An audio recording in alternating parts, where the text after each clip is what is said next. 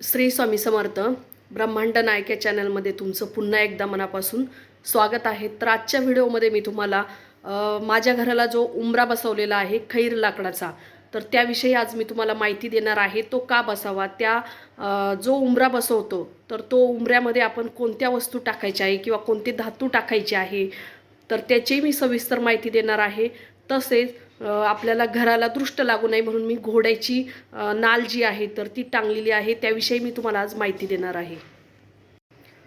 तर आपण जर फ्लॅटमध्ये राहत असोल तर फ्लॅटमध्ये आपल्याला बिल्डर हा शक्यतो 3 दरवाजे म्हणजे त्रिकूट असलेला आपल्याला दरवाजा देत असतो. मेन प्रवेशद्वार जे आहे ते म्हणजेच काय, तर आपल्याला वरच्या आणि आपल्या दोन्ही साईडला लाकूड असतं आणि जी खालची जी आपली फ्लोअर असती तर त्या साईडला आपल्याला लाकूड न देता आपला बिल्डर आपल्याला तिथे म्हणजे फरशी किंवा कडप्पा बसवत असतो. तर त्याला आपण त्रिकूट म्हणत असतो, परंतु दरवाजा हा शक्यतो चौकोनीच असला पाहिजे. आता बऱ्याच ठिकाणी गावाकडेही लाकडाचे दरवाजे बसवत असतात, तर त्या ठिकाणी चौकोन तयार केलेली असती. परंतु आपल्या बऱ्याचशा शहरी भागामध्ये असंच केलेलं असतं, म्हणजे त्रिकूट तो असतो. तर तो त्रिकूट जो आहे तर तो नसला पाहिजे.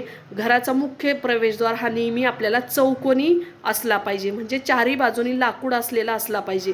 त्यामुळेच आपल्याला घरामध्ये आपण हा खैर लाकडाचा जो उंबरठा आहे तर तो बसवत असतो किंवा सागाचा, बरेच जण सागाचा बसवत असतं. तर हा बऱ्याच जणांचं म्हणणं काय आहे, तर आपण हे फक्त मुख्य प्रवेशद्वाराजवळच बसवायचं आहे, कारण जे आपण ये जा करत असतो किंवा जाणे येण्याची एंट्री जी आहे ती मुख्य प्रवेशद्वारातून असते. त्यामुळे आपण हा जो उंबरठा आहे किंवा हा जो उंबरा आहे तो फक्त आपल्या प्रवेशद्वारालाच बसवायचा आहे.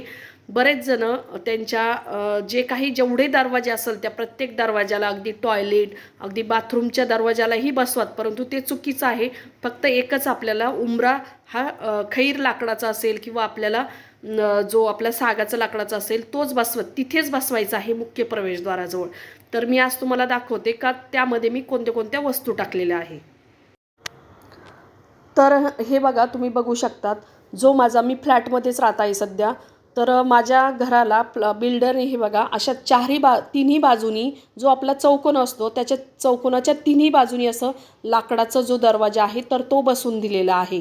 त्यामुळे काय होतं, तर हा दरवाजा हे बघा खाली आपल्याला तो शक्यतो एक तर ग्रेनाइट बसून देत असतो किंवा आपल्याला जी फरशी आहे ना ती तशीच राहू देत असतो. तिथे कोणत्याही प्रकारचं काही बसवत नाही. परंतु हे वास्तुशास्त्रानुसार हे चुकीचं आहे. त्यामुळे मी इथे उंबरठा बसून घेतलेला आहे. ज्यावेळेस मी स्वामींच्या केंद्रात जायला लागले तेव्हा मला माहिती झालं की हा इथे उंबरा बसवायचा असतो. म्हणजे उंबरा जर नाही बसवलं तर हा त्रिकूट होत असतो. त्यामुळे खालीसुद्धा लाकडाच्या आपल्याला उंबरा बसवायचा असतो. म्हणजे हा चौकोन तयार होत असतो. एक प्रकारची चौकट तयार होत असती आपल्या मुख्य प्रवेशद्वाराची. त्यानंतर मग मी स्वामींच्या केंद्रातूनच ते देत होते उंबरा तयार करून, तर त्यांच्याकडूनच मी हा खैर लाकडाचा उंबरा तयार करून घेतलेला आहे. त्यावेळेस मला हा 3,000मध्ये बसलेला होता. सगळंही साहित्य त्यांचं होतं. 3,000मध्ये मला हा बसून दिला. तर तो व्यवस्थित मापे घेऊन ते आपल्याला व्यवस्थित बसून देत असतात. तर सगळ्यात आधी मी त्याला जी आपली लक्ष्मीचे पावले असतात ना तर ती बसून घेतलेली आहे. त्यानंतर मी ₹1 जे आपले नाणं असतात ते ₹1 नाणे, म्हणजे ते आपल्याला खिळ्यामध्ये त्या उंबऱ्याला ठोकून देत असतात, जेणेकरून आपल्याला घराला कोणत्याही प्रकारची दृष्ट लागू नये. आणि केंद्रात सगळे व्यवस्थित सांगतात, त्यामुळे मी त्यांच्याकडूनच अगदी शास्त्रशुद्ध पद्धतीने हा उंबरा बसून घेतला. त्यानंतर त्यांनी हा नुसता उंबरा लाकूड नाही आहे, तर त्या लाकडाच्या आतमध्ये त्यांनी बऱ्याच वस्तू टाकलेल्या आहे.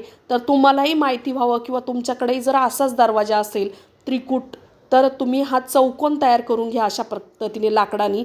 कारण त्यामध्ये मी तांब्याची तार टाकलेली आहे. तांब्याची तार म्हणजे काय, तर ती मंगळाचे अधिष्ठान असते आणि त्यामुळे तांब्याची तार आपण टाकायची असते त्याच्यामध्ये. कारण त्यामुळे मंगळ ग्रह आपला हा बलवान होत असतो. त्यानंतर यामध्ये मी सोन्याच्या जे काही तुकडे असेल किंवा सोन्याची वस्तू असेल तीही त्या दरवाजामध्ये त्यांनी व्यवस्थित असं फिट करतात, त्याच्यासाठी ते जागा करतात. त्यामध्ये सोन्याची वस्तू टाकलेली आहे, चांदीची वस्तू टाकलेली आहे आणि काही नाणी टाकलेली आहे त्यांनी. आणि त्यांच्याकडील जे काही वस्तू होत्या त्याही त्यामध्ये टाकलेल्या आहे आणि नंतरच तो दरवाजा फिट केलेला आहे. म्हणजेच नंतरच तो जो काही माझा उंबरठा आहे तर तो बसून दिलेले आहे अगदी छान पद्धतीने. अगदी तुम्हाला जसा हवा पाहिजे तसा ते बसून देतात. आणि हे बघा खूप छान असं त्याचं बाहेरून म्हणजे आपण दर शनिवारी दर मंगळवारी किंवा अमावास्येला इथे हळदीचं लेपन आपण करू शकतो.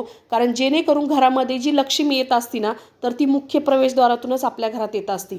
तर मुख्य प्रवेशद्वार जर आपला छान असेल, एकदम परफेक्ट शास्त्रशुद्धानुसार जर केलेला असेल, तर कोणतीही शक्ती त्या वाईट शक्तीला अडवू शकत नाही. म्हणजे जी वाईट शक्ती येते तर ती आपली तिथेच रोखली जाते आणि लक्ष्मी माता आपल्या घरामध्ये प्रवेश करत असती. कोणतीही शक्ती तिथे येत नाही. त्यामुळे आपलं मुख्य प्रवेशद्वार जर व्यवस्थित असेल तर कोणत्याही प्रकारच्या कटकटी किंवा अडचणी किंवा सगळं कार्य निर्विघ्नपणे पार पडत असतं. त्यानंतर मी माझं जे मुख्य प्रवेशद्वार आहे तर त्या मुख्य प्रवेशद्वाराच्या वरती अगदी जे काही आपलं मुख्य प्रवेशद्वारावरती आपण गणपती लावत असतो त्या ठिकाणी मी जी घोड्याची नाल असती तर तीही मला तिथूनच केंद्रातून दिलेली आहे बघा. म्हणजे घराला कोणत्या प्रकारची दृष्ट लागत नाही किंवा जी आपली तांब्याचं जी गोल चकती असती तर तीही मला त्यांनी इथे बसून दिलेली आहे. आणि घोड्याची नालही इथे बसून दिलेली आहे. कारण जी निगेटिव्हिटी येते ती आपल्या प्रवेशद्वारातूनच येत असती. तर तिथूनच मला त्यांनी छान असं हे बसून दिलं. त्यामुळे माझ्या घरात कोणत्याही प्रकारची निगेटिव्हिटी येत नाही.